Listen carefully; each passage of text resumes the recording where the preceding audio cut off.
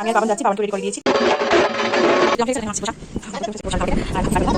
শ্রাবণ মাসের তৃতীয় সোমবার আর আজকে হচ্ছে নাগপঞ্চমী। তো এখন হচ্ছে মাদের বাড়িতে পুজো আছে, আজকে মনসা পুজো, তো ওখানেই যাচ্ছি।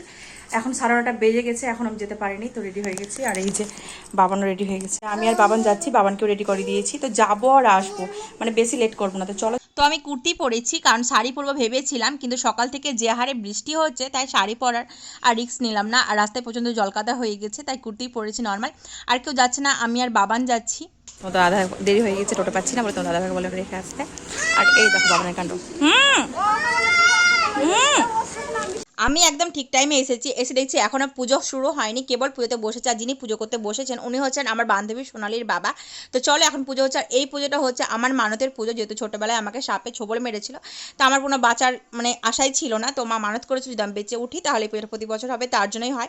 আর বাচ্চারা কেউ আসেন, ওদের যেহেতু এক্সাম চলছে।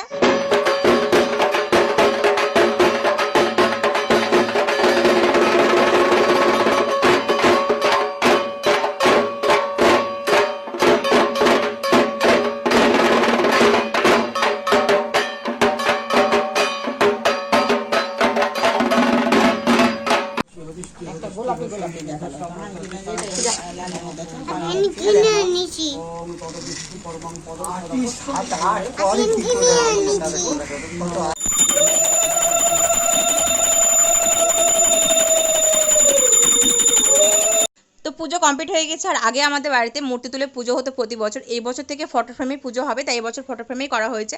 কারণ যে ঢোকার গেটটা আছে, সেই ঢোকার গেটে মূর্তিটা মানে ঢোকাতে বের করতে খুব অসুবিধা হয়ে যাচ্ছে, যার জন্য। যে পুজো কমপ্লিট হয়ে গেছে, আর এখন এখানে মা দিচ্ছে প্রসাদ। খেতে বসেছে, এদিকে বাবানও বসে পড়েছে। প্রচণ্ড গরম লাগছিল, তার জন্য আমি ড্রেসটা চেঞ্জ করে দিয়েছি। আর বাইরে কিন্তু এখনও ঝিরে ঝিরে বৃষ্টি হচ্ছে। বসে বসে প্রসাদ খেতে। আর প্রসাদে আছে হচ্ছে লুচি, পায়েস, যেখানে আলু পটল ভাজা, আর আছে ফল। তো চলো সে বানিয়ে নিই আগে।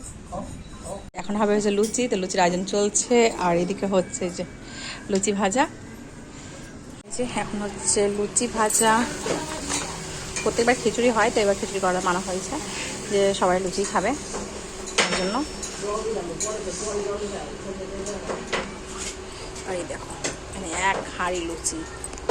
এটা হচ্ছে পনির তরকারি, আলু পটল আর পনির হচ্ছে মিক্স করে করা হয়েছে।